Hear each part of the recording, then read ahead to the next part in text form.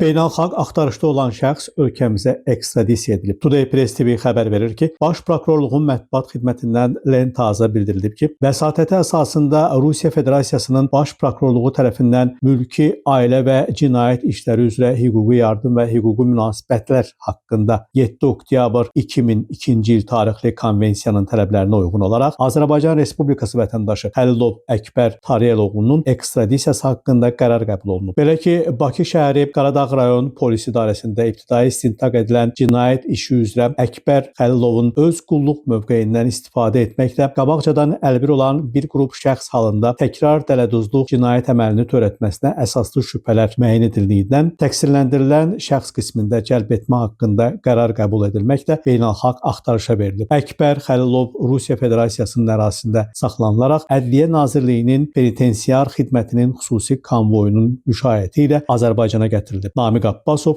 Today Press TV.